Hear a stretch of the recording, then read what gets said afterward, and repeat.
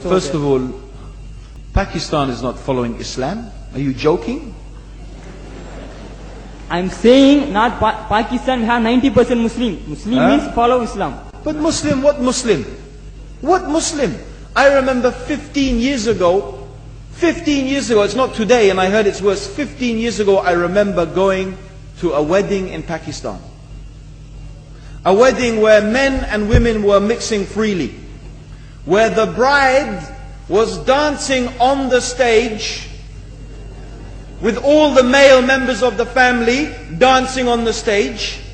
I'm sure somewhere around, we probably hidden in a corner then, but I hear now it's open, drinking alcohol. What Muslim are we talking about? This was 15 years ago. Now I hear it's even worse. Oh yes, they're Islam. When the bride and the groom are walking to the car, they're holding the Quran over their head for blessing. That Islam? That's not Islam. What Islam is that? That's exactly the thing I'm talking about. That's why Muslims are in such a mess. Because of this nonsense, this hypocrisy, actually they are insulting the Quran by doing that.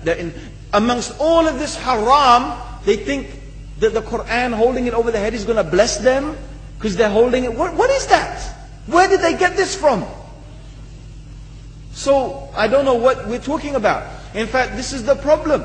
You see, the Muslim world itself is so far from Islam. So many you find here in India. I know it's not a Muslim country, but there are lots of Muslims here. But I don't know what sort of Muslim. Most of them go to the dargah and they call upon some dead person in the grave, and they think that by talking to a dead person they're going to have their needs fulfilled.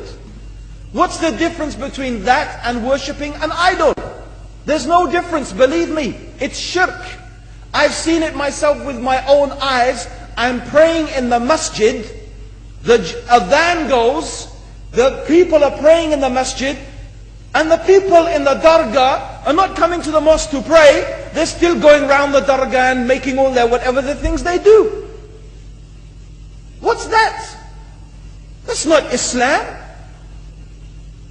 You go to many countries, you find Pakistan, you want to see Islam in Pakistan. You know, in England, in every street corner we have a pub. You know what's a pub? You know what's a pub? Like a bar, you know, a place where you sit and drink alcohol. Yeah? Yes? In Pakistan, believe me, they have something worse than that. Yes, worse. On every street they have a picture of a palm. Everywhere you see it, hanging from the windows. They have the picture of a palm. What's that advertising? Something worse than drinking alcohol. An invitation to disbelieve in Allah. That they're going to read your hand and tell your fortune. Shirk. It's shirk. Whoever believes, the Prophet said, sallallahu alaihi wasallam, whoever visits a fortune teller out of curiosity, Allah will not accept their prayers for 40 days.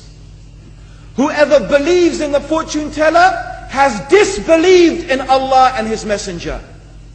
That includes, by the way, horoscopes.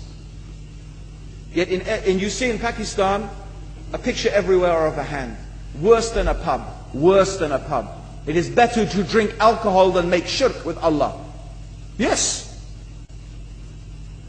So this is the Muslim countries. You will not find one except they are not doing magic and shirk and kufr, or except maybe one or two you will find. So this is the state of the Muslims. So no wonder we're in the confusion and the chaos. So these are not good examples. And this is really, in fact, the very reason that I'm saying why we are in such a big mess.